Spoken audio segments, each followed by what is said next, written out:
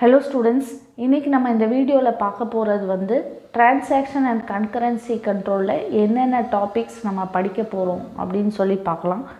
Transactionனா என்ன, asset propertiesனா என்ன, states of a transactionனா என்ன, concurrency controlல என்னென்ன ப்ராப்ளம்ஸ் வரும், அதாவது வந்து dirty read problem, phantom read problem, அந்த மாதிரி லைன் ரைட்டு இந்த ப்ராப்ளம்ஸ்லாம் வரும்.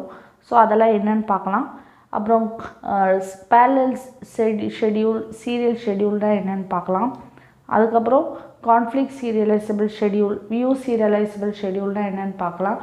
ஒரு ஷெட்யூல் கொடுத்துட்டு அது கான்ஃப்ளிக்ட் சீரியலைசபிளான்னு கேட்பாங்க, அதே மாதிரி வியூ சீரியலைசபிளான்னு கேட்பாங்க. அதை நம்ம எப்படி பண்ணணும்னு சொல்லி பார்க்கலாம். அதுக்கப்புறம் ரிக்கவரபிள் ஷெட்யூல்னால் என்ன, கேஸ்கேட்லெஸ் ஷெட்யூல்னால் என்ன, ஸ்டிக் ஷெட்யூல்னால் என்ன அப்படின்னு சொல்லி பார்க்கலாம்.